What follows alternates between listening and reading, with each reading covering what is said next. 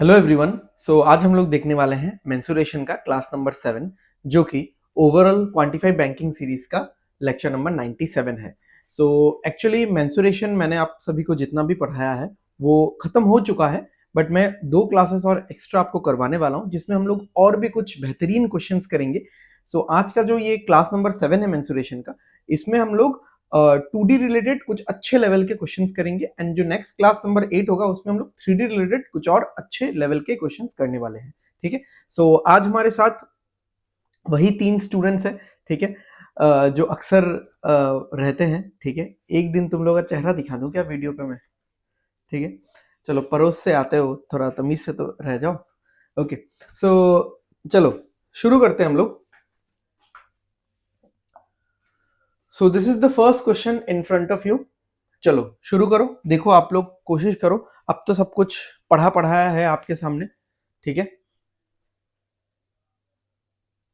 दिक्कत नहीं होना चाहिए। फटाफट लिख लिया इक्वेशन? अरे यार फटफट करो। The perimeter of an equilateral triangle is 60 more than another equilateral triangle. ठीक है, तो हमारे पास क्या है? 2 इक्विलेटरल ट्राइंगल है। ठीक है, एक मान लो ये, दूसरा मान लो ये। ठीक है, हमारे पास 2 इक्विलेटरल ट्राइंगल है। सेकंड वाला थोड़ा घटिया सा हो गया क्या? ओके। 2 इक्विलेटरल ट्राइंगल है। अब इन दोनों के पेरीमीटर में कितना अंतर है? इन दोनों के पेरीमीटर में 60 का अंतर है। राइट, तो इन दोनों के साइड में तो 2 का अंतर, आई मीन 20 का अंतर होगा। समझ में आ रहा है ना? ये अगर A है, ठीक है, और ये अगर B है,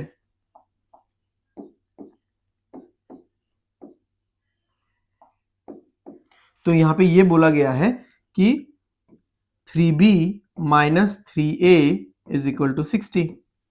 3 कॉमन ले लो भाई, B minus A is equal to 60। Correct. तो 3 से कैंसिल कर देंगे यहां पे, तो क्या आ जाएगा? 20। यानी अगर किसी भी 2 इक्विलेटरल ट्राइंगल के पेरीमीटर के बीच का अंतर 60 है तो उनके साइड का अंतर क्या होगा? 20 होगा। Very clear. Okay. If area of one triangle is 9/16 times that of the other, यानी अगर बड़े ट्राइंगल का एरिया 16 है तो छोटे ट्राइंगल का एरिया 9 होगा। यानी मैं रेशियो बोल रहा हूं। ठीक है, 9:16 का रेशियो होगा इन दोनों का। 9:16 का होगा ना। यानी जो छोटे ट्राइंगल का जो एरिया है इज इक्वल टू 9/16 ऑफ बड़े ट्राइंगल का एरिया। तो अगर मैं छोटे ट्राइंगल का एरिया और बड़े ट्राइंगल का एरिया का रेशियो निकालूं तो वो 9/16 है। तो छोटे का एरिया क्या होगा? √3/4 इंटू ए स्क्वायर। बड़े वाले का क्या होगा? √3/4 इंटू बी स्क्वायर। ठीक है, ये सब लिखना नहीं है हाँ एग्जाम में, अभी तो मैं समझाने के लिए बता रहा हूँ। ये सब आपको मन ही मन में समझ लेना है कि ये सब किस चीज तो कैंसिल चला जाएगा। ठीक है, और ये कितना आ रहा है भाई? ये 9/16 आ रहा है। तो आप देख रहे हो कि ये कैंसिल चला गया, ये कैंसिल चला गया। A square by B square is equal to 9/16। आप स्क्वायर रूट ले लो दोनों तरफ, तो क्या आ जाएगा? A by B is equal to 3/4। यानी ए और बी का जो रेशियो है वो 3:4 है, और ए और बी के बीच में जो अंतर है वो 20 का है। यानी एक यूनिट बराबर हो जाएगा 20।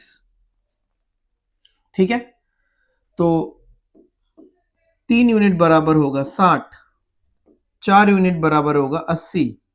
अब हमको क्या बोलता है? Find the side of the smaller triangle. तो find the side of the smaller triangle क्या होगा भाई? यहाँ पे 60 होगा। ठीक है, समझ में आ गया आप सबको? क्लियर है? एकदम सिंपल है। ठीक है, टफ भी लगा होगा तो मुझे लग रहा है कि मैंने एटलीस्ट सिंपल तरीके से आपको बता दिया है। ठीक है, क्लियर है? ये छोटा इक्विलेटरल ट्राइंगल का एरिया 9 के करस्पॉन्डिंग है, और ये बड़े ट्राइंगल इक्विलेटरल ट्राइंगल का एरिया 16 के करस्पॉन्डिंग आएगा। परफेक्ट। चलो आगे बढ़े। क्लियर है? चलो आगे बढ़ते हैं। नेक्स्ट। ओके, देखो क्या है क्वेश्चन। इस क्वेश्चन में और एक क्वेश्चन भी है आज के पीडीएफ में, जिसमें आपको ना ट्राइंगल का एक बेसिक प्रॉपर्टी पता चलेगा, ज्योमेट्री का एक बेसिक प्रॉपर्टी आपको पता चलेगा, ठीक है। उसका यूज आप बहुत तरीके से कर सकते हो, ठीक है, इसका यूज आप बहुत तरीकों से कर सकते हो। ABC is a triangle and Q is a point on side BC such that B Q is two Q C is 1:2। चलो बनाते हैं कि एबीसी इज अ ट्राइंगल। अच्छा, यहाँ पे तो फिर इक्विलेटरल ट्राइंगल या आइसोसेलेस जैसा ही बनेगा ना। चलो ऐसे ही बना देते हैं हम लोग। तो ABC is a triangle, perfect, A B C, ठीक है। Q is a point on side B C such that B Q is two Q C.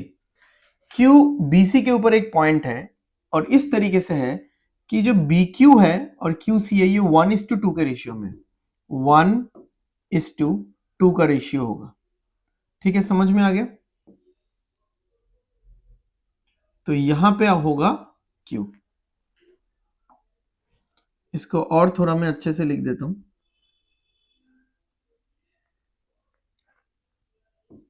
1:2। Sorry sorry sorry sorry, ये तो उस साइड से होगा ना, 1:2, ठीक है। और यहां पे आ जाएगा हम लोग का क्यू, परफेक्ट, ठीक है, समझ में आ गया। अच्छा, अभी इस चीज को देखते हैं हम लोग, अभी इस चीज को देखते हैं कि यहां पे बोला if the area of A B Q का जो एरिया है इस 15 centimetre square, find the area of ABC पूरे का। अब ट्राइंगल में एक प्रॉपर्टी क्या है मैं आपको बताता हूं ढंग से। ट्राइंगल में ये एक प्रॉपर्टी है कि किसी भी ट्राइंगल में कि बेस जिस रेशियो में डिवाइड होगा, जैसे मान लो ये 3:2 का रेशियो है, ठीक है। अब अगर आप इस ट्राइंगल के लिए हाइट ड्रॉ करोगे, ठीक है, अब अगर आप इस ट्राइंगल का हाइट ड्रॉ करोगे तो हाइट तो एक सिंगल हाइट ही होगा ना, जैसे समझ में आ गया। तो ये वाला जो ट्राइंगल है, जैसे अगर मैं नेमिंग करूं ए बी सी और डी, तो जो ट्राइंगल ए बी डी है, ठीक है, इसके लिए हाइट अगर ये एच है, तो फिर जो ट्राइंगल ए डी सी है या ए सी डी है, इन दोनों के लिए ही हाइट तो एक ही होगा। समझ में आ रहा है कि नहीं आपको, ठीक है। अगर मैं इन दोनों ट्राइंगल्स को सेपरेट कर दूं, ये ए बी डी ये बनेगा क्या, एक्यूट एंगल ट्राइंगल, और ए डी सी ये क्या बनेगा आपके लिए, ऑब्ट्यूस एंगल ट्राइंगल। ये सब मैंने आप सबको पढ़ा के रखा हुआ है पहले भी, ठीक है, क्लियर है, ओके। तो ये वाला बेस अगर 3 यूनिट का है तो ये वाला बेस 2 यूनिट का है, और क्योंकि हाइट दोनों का समान है, आप जब एरिया भी निकालोगे ना, एरिया इसी बेस के रेशियो के हिसाब से ही बटेगा।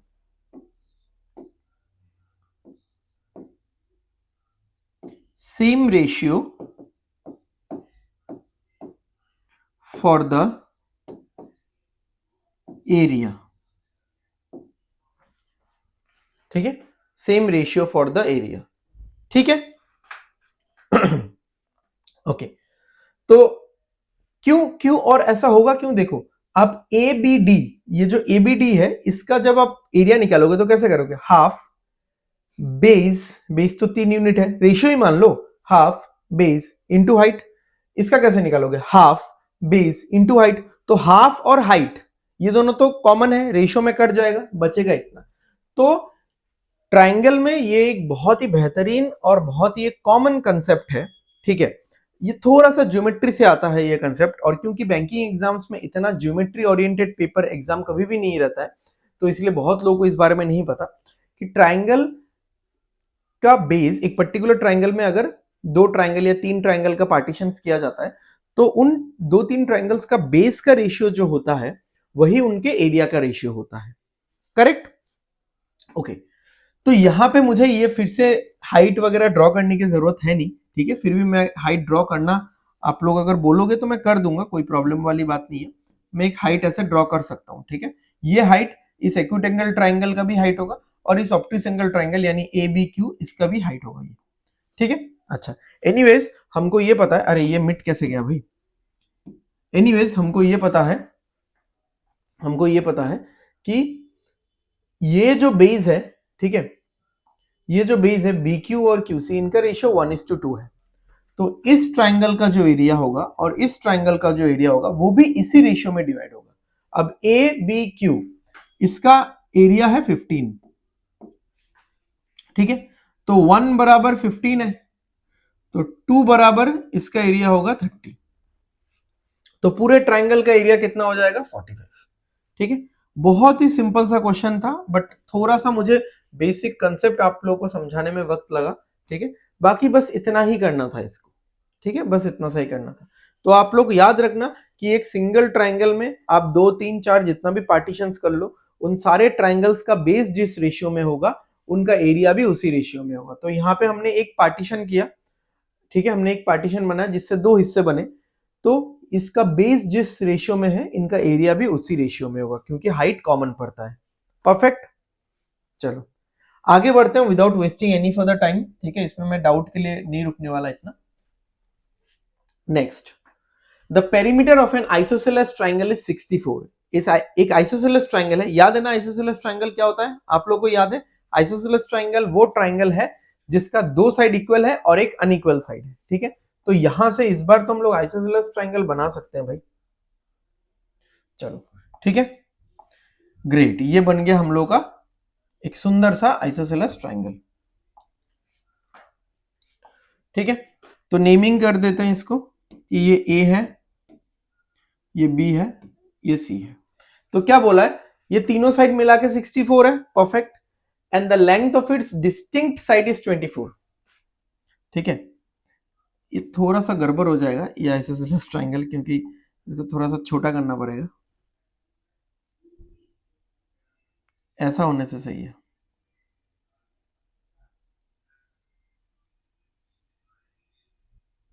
हाँ चलो अब सही लगेगा। ओके, तो ये हो गया बी, ये हो गया सी, ये है 24। अब अगर 64 से 24 चला गया बचा 40, यानी जो डिस्टिंक्ट साइड था ये अकेले 24 है, यानी बचा 40। अब ये 40 तो इन दोनों में बटेगा ना, और ये दोनों तो इक्वल साइड है। आइसोसेलेस ट्राइंगल में 2 साइड्स इक्वल होते हैं और एक अनइक्वल होता है, अनइक्वल खुद 24 है, ओवरऑल 64 पैरामीटर है, ये सॉरी पेरीमीटर है, यानी तीनों साइड मिला के 64 है, उसमें से ये हटा दो तो बचा 40। 40 अब होगा यहाँ पे 20 और 20, परफेक्ट हो गया। अब या तो एरिया निकालने के लिए आप सीधा फॉर्मूला लगा दो जो कि क्या था, 1/4 इंटू क्या था, square B into square root of 4a² minus B square divided by, अच्छा डिवाइडेड बाय नहीं चाहिए क्योंकि मैंने तो 1/4 लगा ही दिया, ठीक है। ऐसा कुछ एक फॉर्मूला था, या तो वो लगाओ या फिर सिंपल सिंपल जाओ ना भाई, एकदम कंसेप्ट से जाते हैं, एकदम कंसेप्ट से जाते हैं कि अगर मैं एक हाइट ड्रॉप करूं, अगर मैं इधर एक परपेंडिकुलर बनाऊं, तो आइसोसेलेस ट्राइंगल का ये प्रॉपर्टी है कि ये जो हाइट है, ये जो ऑल्टीट्यूड है, ये इस हिस्से को 2 इक्वल पार्ट में डिवाइड करता है, यानी ये 12 हो जाएगा और ये भी 12 हो जाएगा, ठीक है। अब आप सोचो यहां पे क्या आपको एक राइट एंगल ट्राइंगल दिख रहा है कि मैं बना के बताऊं, क्या आपको यहां पे एक राइट एंगल ट्राइंगल दिख रहा है? ये देखो, ये वाला राइट एंगल ट्राइंगल दिख रहा है आपको?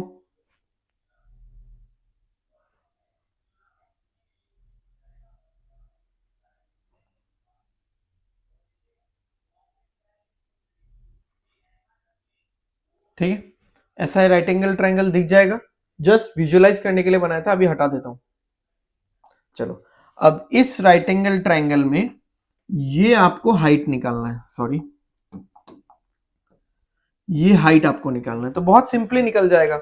हाइपोटेनस का स्क्वायर हमको पता है, हाइपोटेनस का जो स्क्वायर है इज इक्वल टू परपेंडिकुलर यानी हाइट का स्क्वायर, एच मतलब हाइपोटेनस मतलब समझ लेना ये हाइट है, हाइट का स्क्वायर प्लस बेस का स्क्वायर यानी 12 का स्क्वायर। ठीक है, ये होता है 400, ये होता है 144, ये इधर जाएगा माइनस होगा 256 आएगा। ठीक है, ये सब मैं बस आप लोगों के लिए रफ के लिए लिख रहा हूं। तो हाइट का वैल्यू कितना हो जाएगा भाई, 16 हो जाएगा। इतना आसानी से हमारा हाइट निकल गया। अब हमको निकालना है एरिया। एरिया और भी आसानी से निकल जाएगा भाई। एरिया होता है हाफ इंटू बेस, बेस कितना है 24 है, इंटू हाइट कितना है 16 है। हो गया, कैंसिल करेंगे 8 आएगा, 8 इंटू 24 कितना होगा 192 होगा। ठीक है, समझ में आया? आपको डायरेक्ट फॉर्मूला चाहिए, डायरेक्ट फॉर्मूला आप यूज कर सकते हो। ठीक है, मुझे लगा कि सिंपल नंबर है, इसको आधा करेंगे 12 हो जाएगा, 12 और 24 ये मुझे दिख ही रहा है 16 आएगा। ठीक है, आप इसको ऐसे भी कर सकते हो, एक दिमाग लगा सकते हो, पता है मैं आपको बताता हूँ। 20 और 12 का रेशियो लो तो वो कैलकुलेशन आपको नहीं चाहिए। देखो हाँ, 4 से डिवाइड करो 5 आएगा, 4 से डिवाइड करो 3 आएगा, 3 5 है तो ये 4 होगा। 3,4,5 one of the very simplest Pythagorean triplet, पता है ना? जो पाइथागोरियन ट्रिपलेट्स जो है, ठीक है, जो 3 नंबर से बनता है ना, तो one of the simplest Pythagorean triplet है ये 3,4,5। ठीक है, तो मैंने रेशियो लिया था, इसको 4 से कैंसिल किया था, तो वापस से ओरिजिनल वैल्यू के लिए क्या करना पड़ेगा, 4 से मल्टीप्लाई करना पड़ेगा, तो ये हो जाएगा 16। तो ऐसा भी कर सकते हो आप लोग। ठीक है, दिमाग लगाओगे तो क्या कुछ नहीं कर सकते हो आप लोग, दुनिया उखाड़ दोगे। ठीक है, सही है। ये दोनों क्वेश्चन सिंपल था 2 और 3, क्योंकि ट्रायंगल पे बेस था। आगे बढ़ते हैं, चलो ये वाला क्वेश्चन करो आप लोग। अच्छा क्वेश्चन है ये भी, इतना मतलब टफ नहीं है कि बहुत टाइम लग जाएगा, बट गुड क्वेश्चन।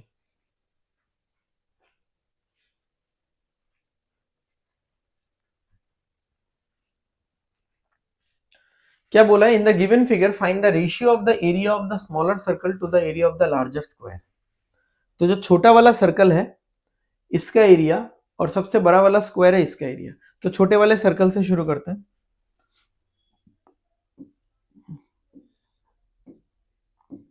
तो इसका रेडियस में r मान लेता हूं, तो इसका एरिया कितना होगा पाई, जो कि 22/7 है, इंटू आर स्क्वायर। ठीक है, और इसका रेशियो निकालना है मुझे area of the larger square. अगर ये r है तो ये भी r होगा, है ना? तो इस छोटे वाले सर्कल का डायमीटर हो गया 2r, और छोटे वाले सर्कल का डायमीटर ही है इस छोटे स्क्वायर का, छोटे स्क्वायर का लेंथ 2r है कि नहीं, 2r है। Okay, fair enough. अच्छा, अगर इस छोटे स्क्वायर का एक एक साइड 2r 2r 2r करके है, तो इसका डायगोनल क्या होगा, छोटे स्क्वायर का डायगोनल क्या होगा? अब आप लोग बोलोगे सर आप छोटे स्क्वायर के डायगोनल में क्यों इंटरेस्टेड हो? क्योंकि जो छोटे स्क्वायर का डायगोनल है ना, अरे यार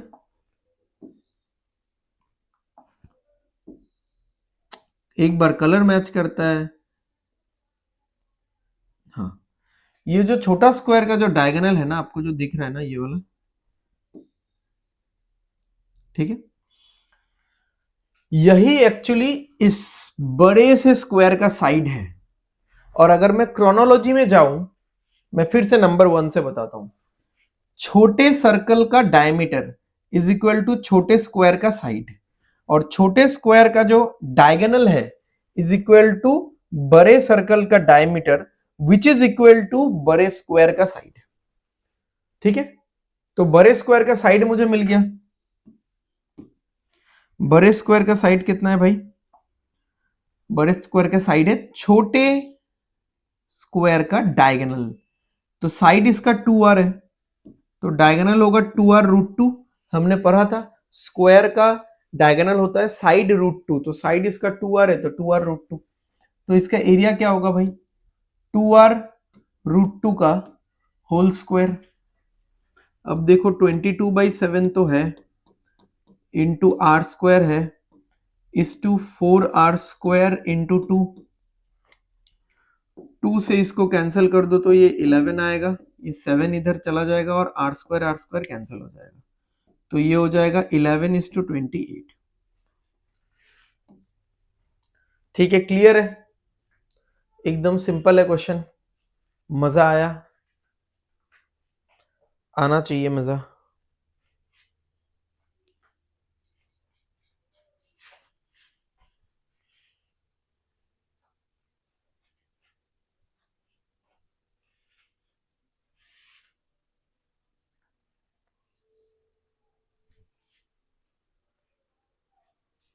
ठीक है, चलो आगे बढ़े।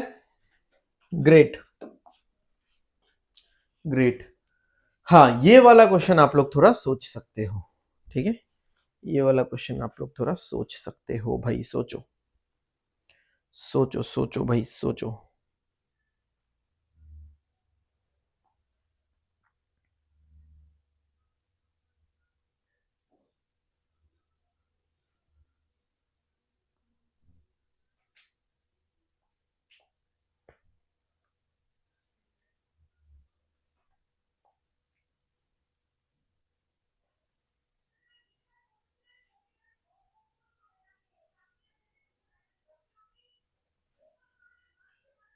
समझ में आ रहा है?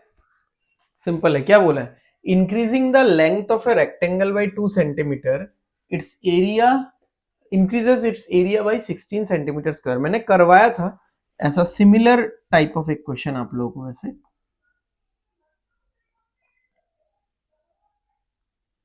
अच्छा, तो देखो कि ये रहा रेक्टेंगल हमारा, इसका एक कॉपी भी बना लेते हैं हम लोग।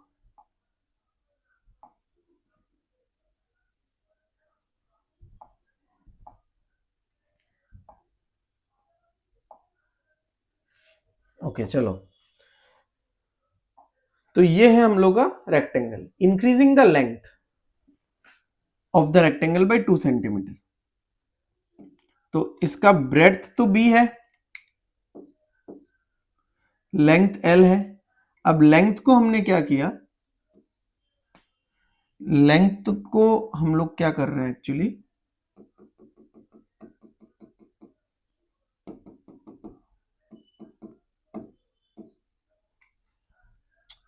अरे यार कलर क्यों अलग अलग, ठीक है, तो लेंथ को मैंने 2 इंक्रीज किया। ठीक है, जैसे ही मैंने लेंथ को 2 इंक्रीज किया, यहां पे जो एरिया है ना, ये एरिया देखा गया है कि 16 सेंटीमीटर स्क्वायर इंक्रीज हो रहा है। अब ये 16 सेंटीमीटर स्क्वायर इंक्रीज कैसे होगा बताओ, ये एरिया जो है ये 16 सेंटीमीटर इंक्रीज कैसे होगा, ये एक्स्ट्रा एरिया आया कहां से, क्योंकि इनिशियल एरिया था लेंथ इनटू ब्रेड्थ, राइट। अब लेंथ जब 2 इंक्रीज हुआ तो इस पोर्शन का एरिया क्या होगा, इस पोर्शन का एरिया होगा b इंटू 2, क्योंकि ये अगर b है तो ये भी b है,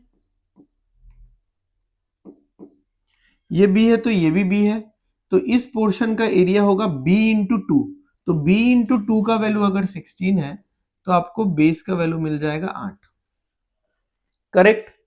अच्छा, अब इधर देखते हैं, and increasing its width by 1.5 increases the area by 18, तो चलो देखते हैं, ये हो गया लेंथ, ये हो गया ब्रेड्थ, ये लेंथ, ये ब्रेड्थ।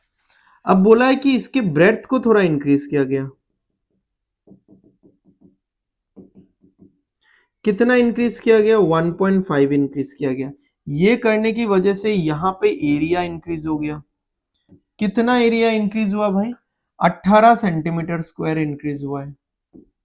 ये एरिया आता कहां से है बताओ, ये एरिया आता कहां से, ये एरिया कैसे निकलेगा, लेंथ इंटू 1.5 ऐसे ही निकलेगा, लेंथ इंटू 1.5 को मैं 3/2 लिख रहा हूं, 1.5 को 3/2 लिखा जा सकता है, 3 का आधा ही होता है 1.5। तो 3 से कैंसिल करेंगे 6 आएगा, ये 2 वापस से मल्टीप्लाई करेंगे तो 12 आ जाएगा लेंथ। तो इस रेक्टेंगल का ओरिजिनल लेंथ है 12 सेंटीमीटर और ओरिजिनल ब्रेड्थ है 8 सेंटीमीटर।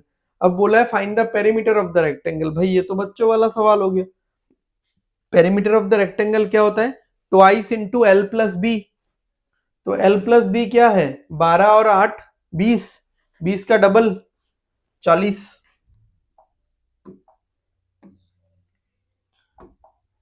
ठीक है, समझ में आ रहा है? तो आप लोग फिर इक्वेशन वगैरह मत बनाओ कि ओरिजिनल एरिया हो गया एल बी, ठीक है, तो न्यू एरिया हो गया L L plus two into B, तो L plus two into B minus L B करके आएगा 16। फिर और एक इक्वेशन बनेगा कि L into B plus 1.5 minus L B is equal to 18। ठीक है, तो ऐसा मत करो, आप सीधा सीधा वो जो मुद्दा है ना कि एरिया इंक्रीज हो रहा है, ठीक है, एरिया इंक्रीज हो रहा है, कितना इंक्रीज हो रहा है? 16। इस 16 का नर्व्स पकड़ो, डाइव डीपर कि ये 16 इंक्रीज क्यों हो रहा है, किस वजह से हो रहा है, ये 18 इंक्रीज इन द एरिया क्यों हो रहा है, किस वजह से हो रहा है, ठीक है, वो नर्व्स पकड़ो। परफेक्ट, समझ में आ रहा है? तो क्यों इंक्रीज हुआ? ये 2 जो इंक्रीज हुआ इसके वजह से ये एरिया कहां से आया? b into 2। ठीक है, ये जो 1.5 इंक्रीज हुआ इसके वजह से ये एरिया कहां से आया? l into 1.5। करेक्ट। चलो यहाँ पे मैंने पेरीमीटर लिखा नहीं है, हाँ मैं लिख देता हूं यहाँ पे 2 इंटू एल प्लस बी, तो ये पोर्शन 20 आ रहा है। ठीक है, ये सब बच्चों का चीज, और क्या लिखूं? Next, a rectangle is divided into two equal parts along its width, causing its perimeter to decrease by 12. If instead it is cut along its diagonal, the perimeter reduces by 4 centimeter. What is the area of the original rectangle? ये बहुत ही अच्छा question है, ठीक है, बहुत ही एक decent level का question है। आप इसको प्रोबेबली आरआरबी क्लर्क मेंस में भी देख पाओगे, ठीक है, देख सकते हो इस लेवल का क्वेश्चन। तो क्या बोला है, थोड़ा सा देखते हैं हम इस चीज को, थोड़ा सा देखते हैं। तो ऐसा बोला गया है कि अगर एक रेक्टेंगल को हम लोग इसके ब्रेड्थ के अकॉर्डिंग काट दें, ऐसे काट दें, ठीक है, तो इसका जो पेरीमीटर है वो घट जाएगा। अब बताओ कि नॉर्मल पेरीमीटर क्या होता है? नॉर्मल पेरीमीटर होता है 2l प्लस बी, यानी 2l प्लस 2b। ठीक है, समझ में आ गया? ये हो गया रेक्टेंगल का नॉर्मल पेरीमीटर, क्योंकि ये तो भाई l है, ये पूरा l है, सबको पता है, और ये तो b है, राइट। अब जैसे ही मैंने इसको काट दिया, अब ये रेक्टेंगल कुछ ऐसा बन चुका है। ठीक है, समझ में आ रहा है? ठीक है, ये रेक्टेंगल इतना बन चुका है। अब इसका पेरीमीटर क्या होगा? देखो ये पूरा l है, तो ये l/2 होगा, क्योंकि मैंने आधा में काटा है इसको, ये l/2 होगा, ये भी l/2 होगा, ये अपना b होगा, ये भी b होगा। क्लियर है? क्या बोला है? A rectangle is divided into two equal parts along its width, causing its perimeter to decrease by 12। Perimeter घट जा रहा है ना? क्यों घटेगा आप सोचो? l plus l 2l, b plus b 2b। अब बोला है कि पेरीमीटर घट जाता है, क्यों घटेगा मैं बताता हूं आपको। मेन इसका फील समझो कि इसका पेरीमीटर क्या होगा। इसका पेरीमीटर यहां पे b है, यहां पे भी b है, तो 2b तो इंटैक्ट है, ये भी b था, इधर b था, तो b में तो कोई प्रॉब्लम नहीं है। l/2 प्लस l/2 मिलके कितना होगा? l होगा, बट यहां पे क्या है? ट्वाइस l है, ये एक दिक्कत है। यानी एक l कम हो चुका है, और एक l के कम होने से 12 घट रहा है, यानी यहां से हमको l का वैल्यू कितना मिल गया? 12। ये समझ में आया कि नहीं देखो। आप लोग इसका भी पेरीमीटर निकाल सकते हो, अगर आप बोलोगे तो मैं निकाल दूंगा। इसका होगा L प्लस 2b। फिर आप माइनस करके इक्वेशन बना के 12 लिख सकते हो। देखो 2L plus B minus L plus 2b, तो 2b तो कट ही जाएगा और 2L माइनस L L आएगा। L का वैल्यू है 12। ठीक है, तो ये मैं लिखने नहीं वाला था तो इसलिए मैं मिटा देता हूं।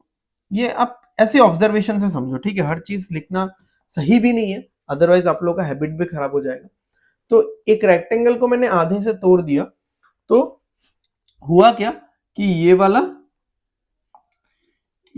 L/2 हो गया, ठीक है, ये वाला भी L/2 हो गया। L/2 L/2, ये तो B ही है। ठीक है, क्लियर है। अच्छा, अब देखो, अब क्या बोला है कि इसी रेक्टेंगल को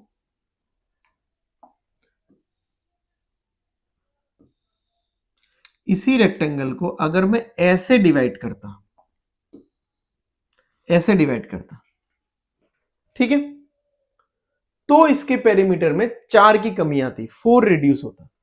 तो आप सोचो कि अगर इस रेक्टेंगल को मैं ऐसे डिवाइड करूंगा,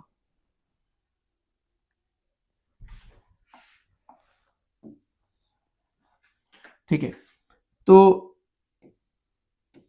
इसमें ये पोर्शन बचेगा, सिर्फ ऐसा होगा, this will be the remaining part. ठीक है, तो इसमें क्या क्या कमी आएगा देखते हैं पहले। हाँ देखो, यहां पे एक L तो है, एक L है, एक B है। ठीक है, तो ओरिजिनल वाले में 2L और 2B रहता है, तो वहां पे एक L है और एक B है, परफेक्ट है। और साथ में ये वाला पोर्शन क्या है, ये है L square plus B square, diagonal of the rectangle, हमको पता ही है। तो this minus that is equal to 4।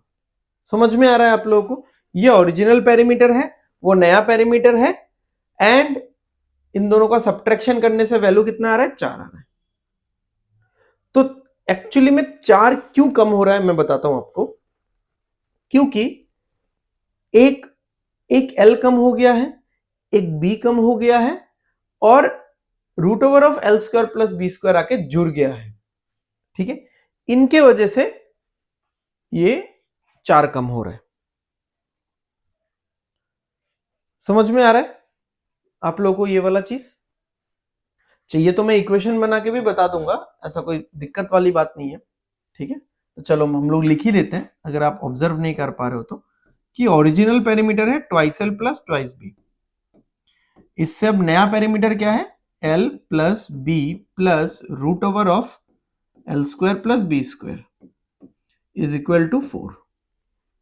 ठीक है, तो माइनस करेंगे, क्या आएगा, L प्लस B आ जाएगा, minus L square plus B square आ जाएगा, इज इक्वल टू 4। अच्छा, L का वैल्यू मुझे पता है 12 होता है। ठीक है, L का वैल्यू 12 होगा, तो 4, अच्छा 4 को इधर लेके आ जाते हैं, इसको इधर लेके जाते हैं, सिर्फ रूट को एक तरफ रखेंगे तो स्क्वायर करेंगे तो बेनिफिट मिलेगा। 12 माइनस 4 8, तो 8 plus B is equal to root over of, अच्छा L का स्क्वायर तो मुझे पता है ना, 144 प्लस B स्क्वायर। ग्रेट, हो गया ये वाला पूरा तैयार।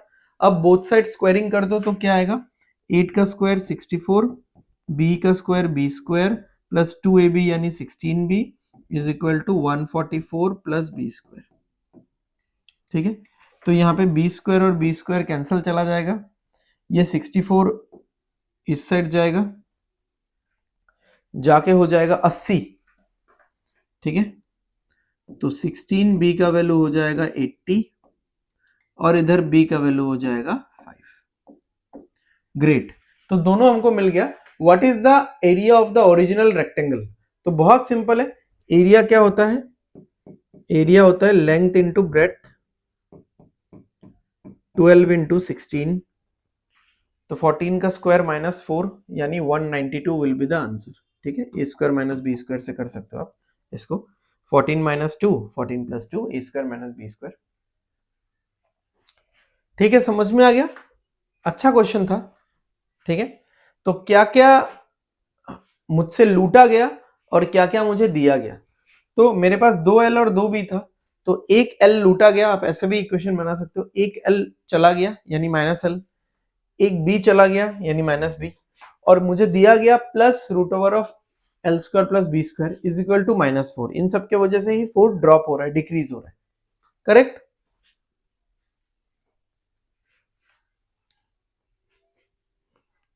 ठीक है, समझ में आया? देख लो एक बार।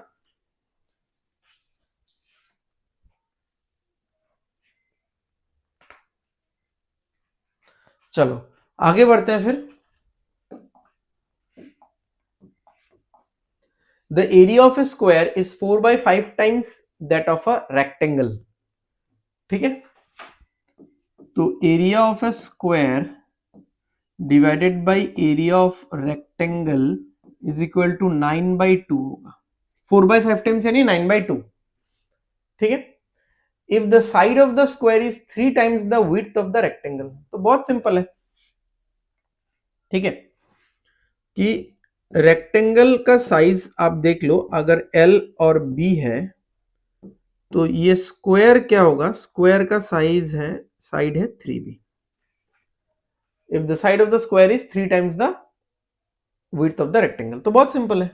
ठीक है, तो देख लो स्क्वायर का एरिया क्या होता है, साइड का स्क्वायर होता है, 3B का स्क्वायर होगा, ये होगा L इंटू बी, तो यहां पे ये होगा 9B square by L into B is equal to 9/2। तो 9 और 9 कैंसिल चला जाएगा, B से B गया, तो यहाँ पे B/L कितना आ रहा है, 1/2, तो ये आ रहा है B/L।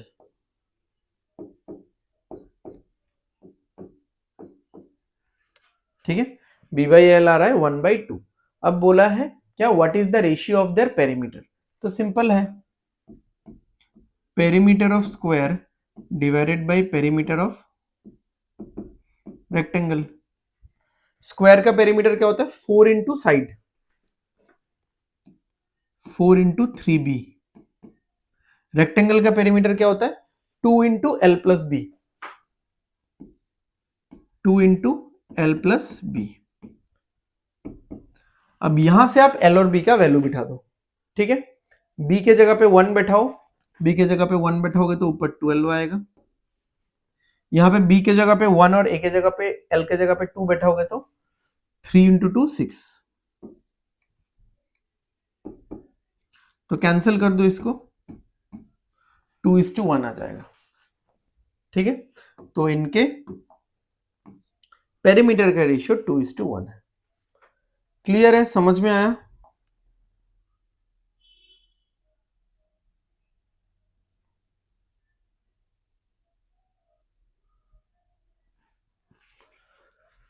ठीक है, देख लो आराम से, देख लो एक बार, बहुत सिंपल था। यहाँ पे मुझे ये बोला गया था कि स्क्वायर का एरिया और रेक्टेंगल का एरिया का रेशियो 9/2 है, और जो स्क्वायर का जो साइड है, स्क्वायर का जो एक एक साइड है वो रेक्टेंगल के विड्थ का 3 गुना है, तो वही से मैंने एक रिलेशन निकाल लिया।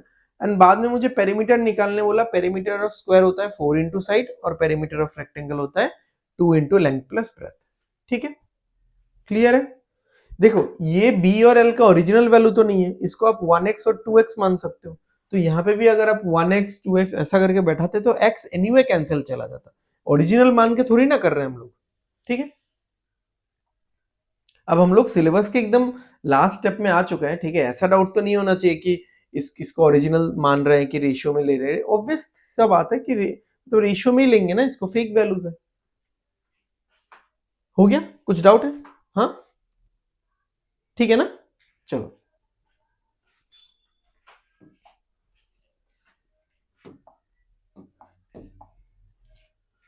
Okay.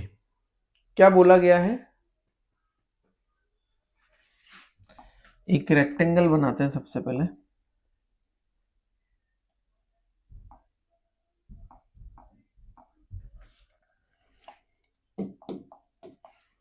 Okay. ABCD is a rectangle with sides 20 and 32.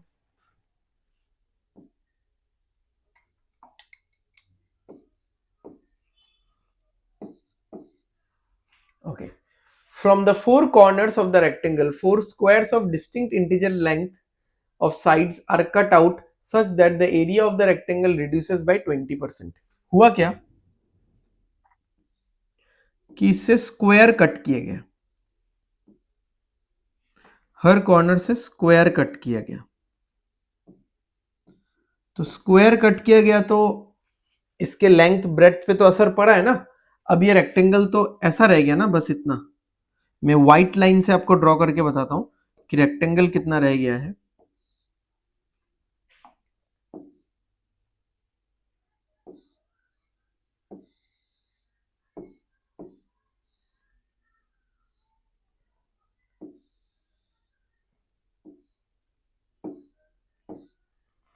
Rectangle बस इतना रह गया है जो मैंने व्हाइट में ड्रॉ किया है।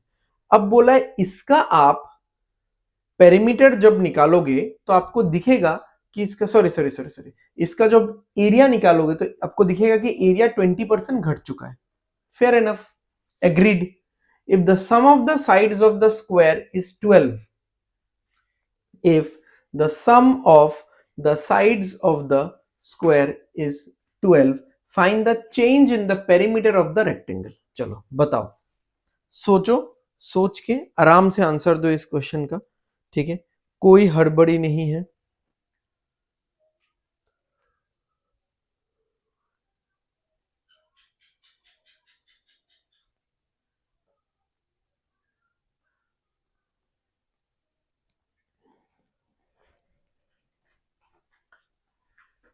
अच्छा चलो यहां पे देखो एक चीज कि एरिया में तो 20% का कटौती हुआ है, एरिया 20% रिड्यूस हुआ है, ये मैं मान सकता हूँ, ठीक है, क्योंकि ये वाला एरिया नहीं है, ये वाला पोर्शन नहीं है, अभी ये वाला पोर्शन नहीं है, ये वाला पोर्शन नहीं है, ये वाला पोर्शन नहीं है, तो एरिया 20% घट चुका है। बट पेरीमीटर में क्या होता है ना, पेरीमीटर तो बाउंड्री का लेंथ है ना। आपने जब ये वाला पार्ट कट भी कर दिया ना, तो ये पोर्शन तो सी, इतना पोर्शन एक कॉर्नर का अच्छे से समझ लो, एकदम एक कॉर्नर का अच्छे से समझ लो, तो हर एक कॉर्नर का आपको समझ में आ जाएगा, ठीक है। तो यहां पे देखो कि ये वाला पोर्शन तो मुझे वैसे भी काउंट करना पड़ेगा, ये वाला पोर्शन भी मुझे काउंट करना पड़ेगा। मतलब ऐसा है ना कि मैं जब एक मेजरिंग टेप से मेजर करूंगा तो क्या इस बार मैं यहां से मेजर करूंगा, इस पॉइंट से मेजर करूंगा क्या? नहीं करूंगा। क्यों नहीं करूंगा इस पॉइंट से मेजर? क्योंकि ये येलो वाला पार्ट मेरे पास नहीं है, बट इसके बदले ये तो है ना भाई। अब ये येलो वाला पार्ट भी नहीं है, बट इसके बदले ये भी है मेरे पास। तो आप लोग बोलोगे कि इसका लेंथ तो बस इतना रह गया, ठीक है, और आप लोग ये भी बोलोगे कि ब्रेड्थ तो बस इतना रह गया। एग्री, लेंथ और ब्रेड्थ में कटौती हुआ है, बट इस बार ये शेप कैसा है देखो, ये शेप कैसा है, ये यहां से होके ये वाला पोर्शन भी तो मेजर हो रहा है ना, जो कि पहले ये होता था। फिर ये वाला पोर्शन भी तो मेजर हो रहा है ना, जो कि पहले ये वाला पोर्शन होता था, ठीक है। इसका मतलब यह है कि इसके पेरीमीटर में कुछ चेंजेस आने ही नहीं वाला, क्योंकि जो पोर्शन पहले मेजर होता था वो पोर्शन अभी भी मेजर होगा। और एक कॉर्नर में अगर ये कंसेप्ट अप्लाई हो रहा है तो सारे कॉर्नर्स में ये कंसेप्ट अप्लाई होगा, यानी पेरीमीटर में कोई चेंज आएगा ही नहीं। पेरीमीटर का चेंज अगर आपको चाहिए तो वो होगा सिंपल 0।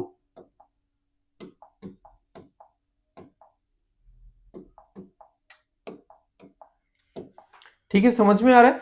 पेरीमीटर का चेंज होगा 0, क्योंकि ये मेजर करेंगे, ये मेजर करेंगे, फिर ऐसा जाएंगे, फिर ये मेजर करेंगे, ये मेजर करेंगे, फिर ऐसा आएंगे। तो ये जो मेजर हो रहा है ना, यही वो मिस्ड आउट वाला पार्ट है जो आपको फील हो रहा है, और ये जो मेजर हो रहा है ना, यही वो मिस्ड आउट वाला पार्ट है जो आपको फील हो रहा है कि हाँ ये तो नहीं होना चाहिए था। बट ये तो मेजर होगा ना भाई, मेजरमेंट में तो होगा। एरिया में ये पूरा पार्ट हट जाएगा, क्योंकि वो एरिया भी इस रेक्टेंगल का रहा ही नहीं, मैंने इसलिए 4 क्रॉस दे दिया है, ठीक है। बट अब जब किसी को चीज को काटोगे, ठीक है, इस चीज को ऐसे करके काटोगे तो इसका लेंथ थोड़ी ना आप घटा रहे हो। समझ में आ रहा है ना? चलो, तो ये क्वेश्चन ऐसा ही था, थोड़ा सा दिमाग लगाने वाला था बस। क्या बोला है यहाँ पे? पैरेललोग्राम मिलेगा क्या हमको? देख लेते हैं। मुझे नहीं लग रहा पैरेललोग्राम मिलेगा करके। रोम्बस मिलेगा शायद। रोम्बस को थोड़ा छोटा बड़ा, हाँ मिल गया पैरेललोग्राम मिल गया भाई। भाई साहब पैरेललोग्राम मिल गया अपन को। ग्रेट। ओके, तो ये एक पैरेललोग्राम है, कुछ ज्यादा टेढ़ा नहीं लग रहा।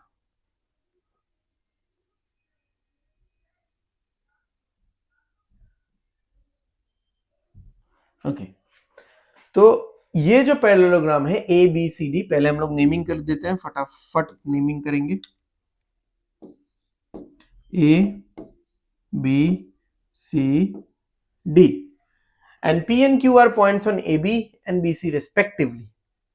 ठीक है, पी मान लो यहां का पॉइंट ले लो, एकदम मिडिल में नहीं भी लेने से होगा। क्यू मान लो यहां का पॉइंट ले लो। Okay, the perimeter of the parallelogram is 64, पूरा मिला के 64 है। ओके ठीक है, पूरा मिला के यानी अगर मैं इसको x मानता हूं, 2x प्लस 2y, रेक्टेंगल जैसा ही होगा ना इसका पेरीमीटर, 2x प्लस 2y, तो x प्लस y 32 होगा। And it's adjacent side differ by 8, तो एडजेसेंट साइड वगैरह भी निकल जाएगा। ठीक है, बहुत आसानी से। If the area of the parallelogram is 240, find the ratio of the area of triangle DPC. DPC DPC, अच्छा ए क्यू डी,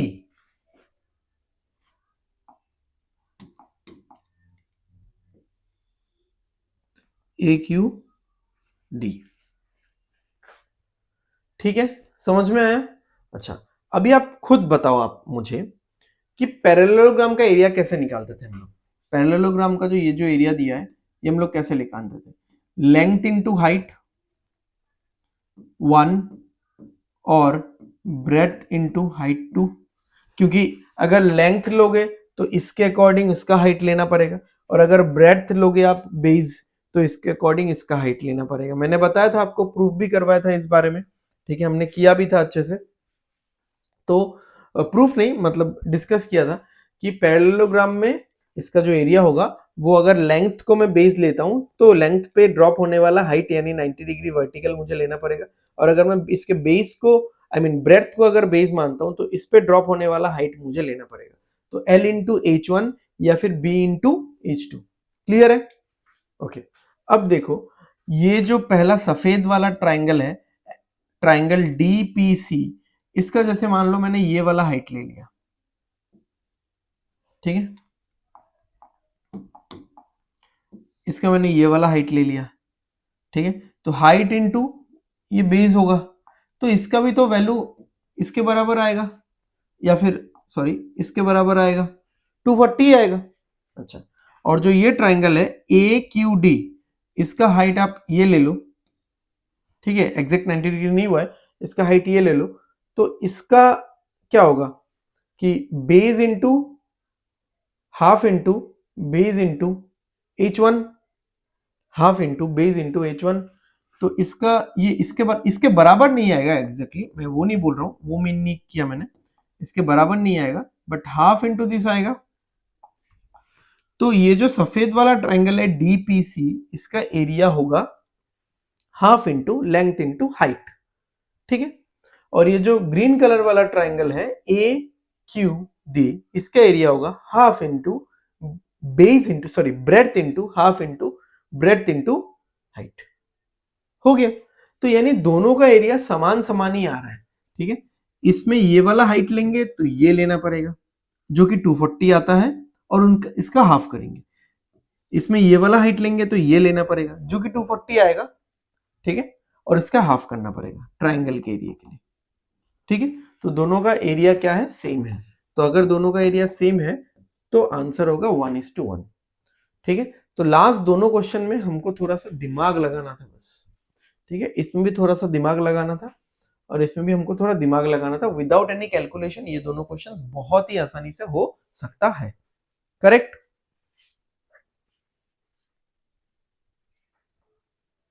ठीक है, आगे बढ़े। मजा आ रहा है चलो और मजा लेते हैं। The difference between the radii of two concentric circles is 7 centimeter. If the area of one of the circle is 308 centimeter square other one, more than other one, find the perimeter of the larger one. चलो देखते हैं इसको करने में मैं तुम लोग को और क्या ही टाइम दूं। ठीक है, बहुत सिंपली हो जाएगा ये।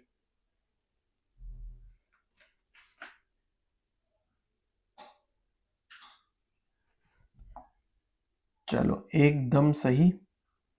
थोड़ा अलग कलर यूज करते हैं, ये वाला कलर यूज करते हैं ना, इस पे सफेद यूज कर लेते हैं। तो ये वाला रेडियस हो गया r, ये वाला रेडियस हो गया r+7।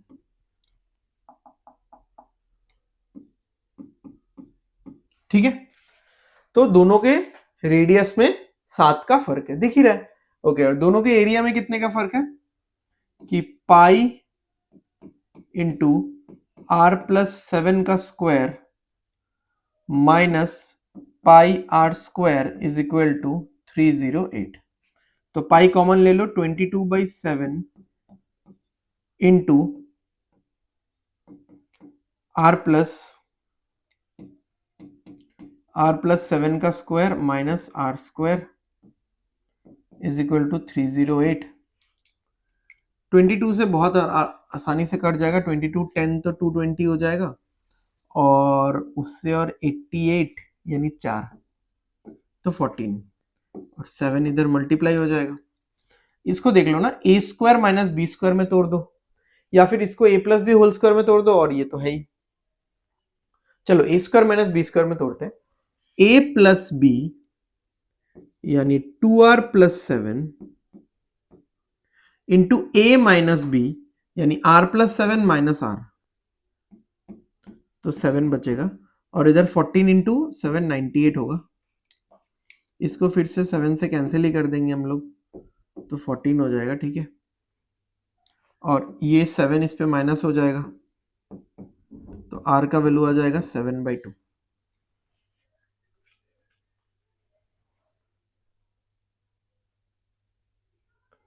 सेवन बाई टू सही आ रहा है क्या?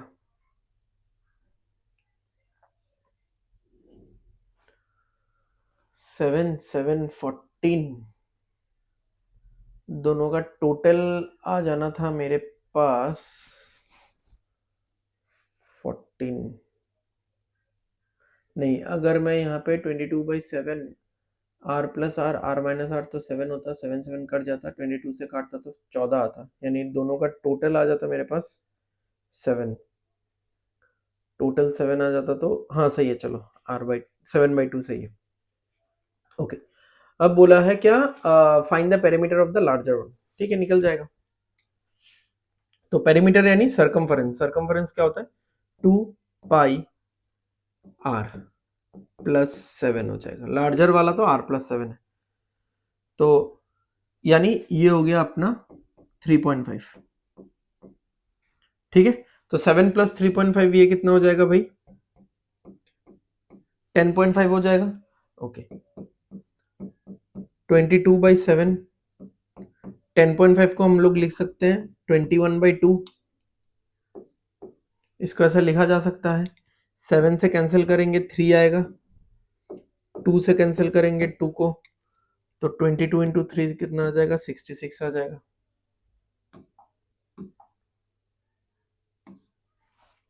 ठीक है, क्लियर है, बहुत सिंपल है, देख लो। ठीक है, हलवा है यार ये सब, अगर अच्छे से आता है आपको तो हलवा है, हलवा।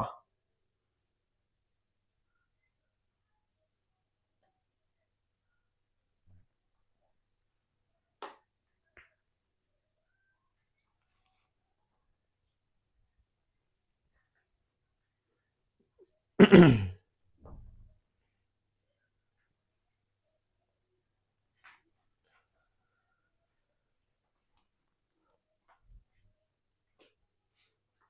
है, हो गया, आगे बढ़ते हैं। The area of a rhombus is 720 centimeter square and one of its diagonal measures 80. Find the perimeter of the rhombus. तो और एक डायगोनल तो 9 हो जाएगा, ठीक है, तो देख के पता चल रहा है। चलो रोम्बस तुमको मिलेगा भाई।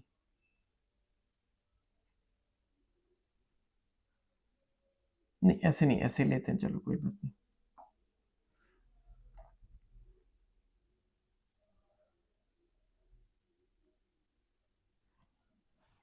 ओके ग्रेट, ये हो गया हमारा रोम्बस जो कि चारों तरफ से देखने में सही है, A B C D, right.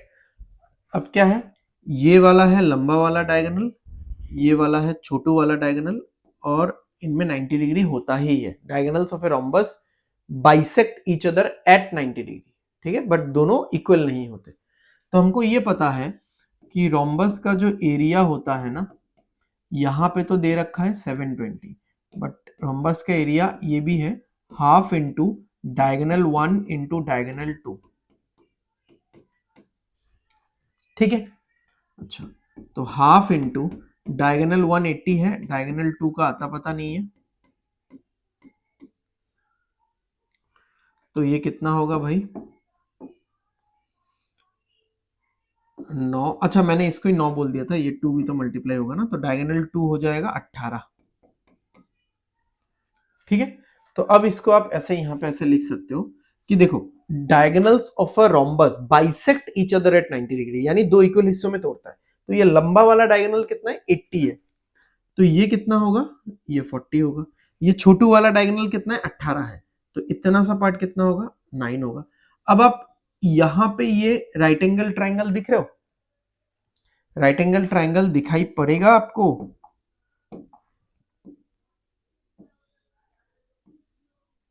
ये वाला राइट एंगल ट्राइंगल दिखाई पड़ रहा है भाई, ठीक है। तो ये वैल्यू कितना होगा, ये वैल्यू होगा स्क्वायर रूट ऑफ इसका जो इसका स्क्वायर इज इक्वल टू 40 का स्क्वायर प्लस 9 का स्क्वायर, या फिर इसका वैल्यू होगा स्क्वायर रूट ऑफ 40 का स्क्वायर प्लस 9 का स्क्वायर, तो 1681 हो जाएगा, जिसका वैल्यू कितना 41 होता है, जिसका वैल्यू 41 होता है, ठीक है। 1600 प्लस 81 1681, 1681 किसका स्क्वायर रूट है, आई मीन इसका स्क्वायर रूट क्या होगा 41, ठीक है। तो 41 स्क्वायर होता है 1681, ठीक है। तो साइड निकल गया 1681। Perimeter of the rhombus, perimeter of the rhombus क्या है भाई, ये हो जाएगा 4 इंटू 41, हो गया।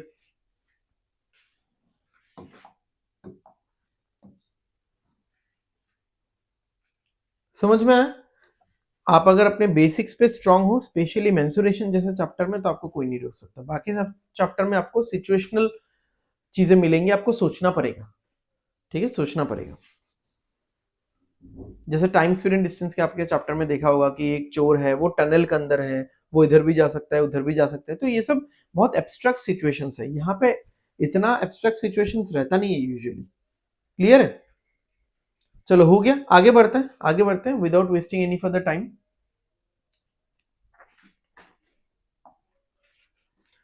Okay, the perimeter of a circle is 132 centimeter and cutting a sector of angle a degree will increase the perimeter by 31। अच्छा पहले पेरीमीटर 131 देख के, यानी सर्कमफरेंस इज इक्वल टू 132 दिया हुआ है, ये देख के ही मैं चाहता हूं कि 2 इंटू पाई इंटू आर ये मैं निकाल लूं, ठीक है।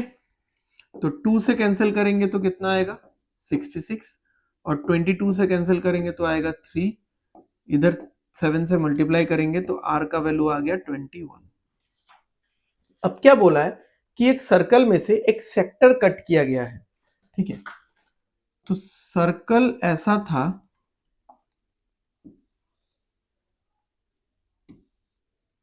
ठीक है, सर्कल ऐसा था, समझ में आ रहा है? तो सर्कल में से ये वाला सेक्टर कट कर दिया गया है, ये वाला जो आपको हल्का सा अलग दिख रहा है ना, ये वाला सेक्टर,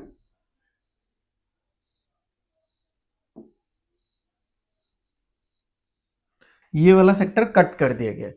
अब इसका पेरीमीटर निकालो, ठीक है, तो इतना सा पार्ट तो सेम ही रहेगा, ओके, प्लस में आएगा आर, इधर भी प्लस में आएगा आर, और माइनस ये वाला पार्ट निकल जाएगा, क्योंकि यहां से ये पूरा निकल के आ चुका है ना,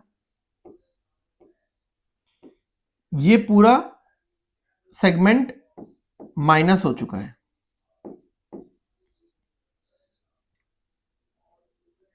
ठीक है। तो ये ऐसे हो गया, मैं दिखाता हूं आपको,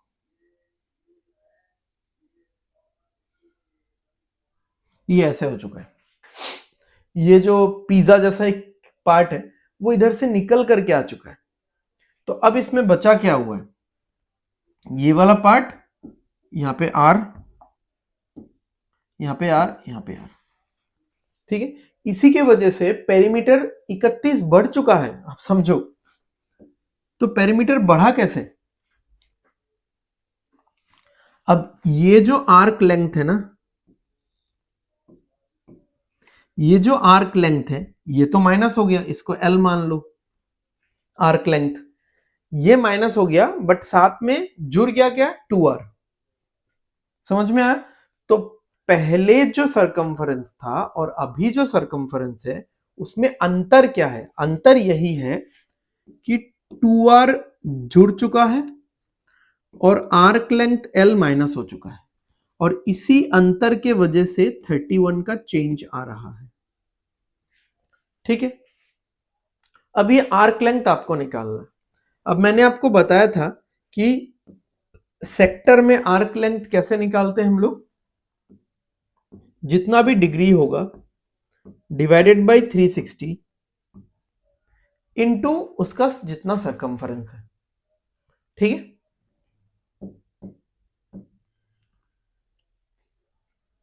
समझ में आ रहा है? Into 2πr, a by 360 into ये वाला वैल्यू क्या है, 2πr। अगर आपको उस सेक्टर का आर्क लेंथ नहीं चाहिए, एरिया चाहिए, तो इंटू πr स्क्वायर। क्लियर?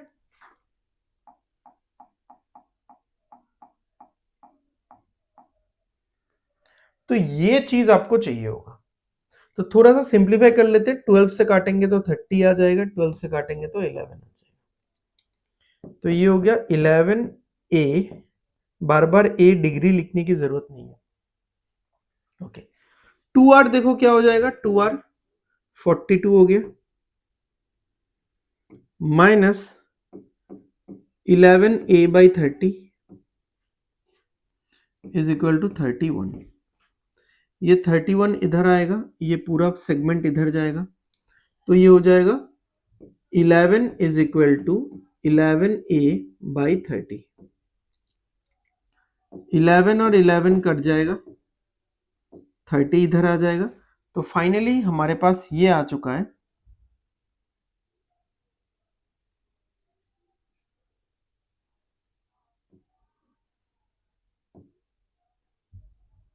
ठीक है, कि a का वैल्यू 30 है, यानी 30 डिग्री है, ठीक है। Find the value of a, actually यहाँ पे स्मॉल a होना चाहिए, find the value of a। Clear है? तो हमने पूरे सरकमफरेंस को यूज करके रेडियस निकाला, फिर हमको बताया गया कि ये होने से 30 बढ़ चुका है, ठीक है, 30 बढ़ चुका है, तो ये L तो माइनस में होगा क्योंकि ये निकल चुका है, बट ये R दोनों ऐड हो चुका है, यानी ये 42 है, ये 31 है, यानी ये वाला पार्ट 11 है, तो 11a by 30 is equal to 11, तो 11 कट जाएगा, a का वैल्यू कितना आ जाएगा, 11a by 30 is equal to 11, a का वैल्यू 30 डिग्री आ जाएगा। करेक्ट है? समझ में आ गया? क्लियर है? थोड़ा सा अलग क्वेश्चन था, ऐसा क्वेश्चन हमने पहले नहीं किया हुआ था, इसलिए मैंने सोचा कि इस तरीके का क्वेश्चन करना बनता है। ठीक है, अब जिस तरीके के क्वेश्चन से हमने शुरुआत करी थी, प्रोबेबली दूसरा या तीसरा क्वेश्चन किया था, उसी तरीके के एक और क्वेश्चन के साथ हम लोग आज के सेशन का एंड करेंगे। ठीक है, चलो करो ये वाला क्वेश्चन, क्योंकि आखिरी क्वेश्चन है तो मैं आपको थोड़ा सा टाइम दे देता हूं, एकदम हल्का सा टाइम दे देता हूं मैं आपको, 1 मिनट का टाइम देता हूं, 1 मिनट में ये कर दो।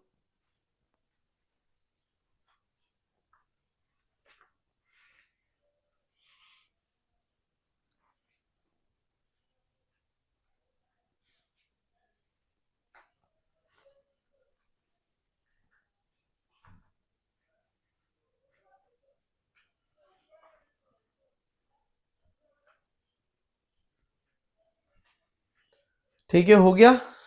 इंतजार करते वक्त एक एक मिनट गुजर नहीं रहा है। ठीक है, ऑल्दो मैंने 1 मिनट बहुत कम, आई मीन बहुत ज्यादा टाइम बोल दिया इस क्वेश्चन के लिए। सो पैरेललोग्राम है, आपको दिख रहा है, ले लेंगे एक पैरेललोग्राम हम लोग। चलो पैरेललोग्राम हमने एक ले लिया। ओके,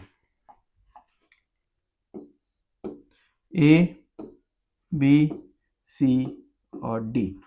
क्या बोला है? x is a point on the side C D, इस यहाँ पे x एक पॉइंट है such that dx is to X is 3:2। तो x यहाँ पे कहीं पे होगा कि ये दोनों जो है ये 3:2 के रेशियो में है। ठीक है, समझ में आ गया? If the area of ABCD is 30 degree, sorry 50 degree, find the area of triangle AXD। AXD इसका आपको एरिया निकालना है। ठीक है, और पूरे का एरिया कितना है? पूरे का एरिया 50 है। अब थोड़ा सा दिमाग लगेगा यहाँ पे, थोड़ा सा दिमाग लगेगा। ये डायगोनल ड्रॉ करो। अब यहाँ पे दो प्रॉपर्टीज काम में आने वाली है कि ये जो डायगोनल ऑफ अ पैरेललोग्राम है, ये पैरेललोग्राम के एरिया को दो इक्वल हिस्सों में डिवाइड करता है। पूरे पैरेललोग्राम का एरिया कितना है? 50। तो इस पार्ट का एरिया कितना होगा? 25। ठीक है, और इस पूरे पार्ट का, यानी अगर मैं बोलूं कि area of triangle ACD is equal to 25। ठीक है, अब ये जो ACD ट्राइंगल है, ये जो ACD ट्राइंगल है, ये खुद में ही दो पार्टीशंस में बटा हुआ है। आई मीन पार्टीशन एक है, दो हिस्सों में बटा हुआ है।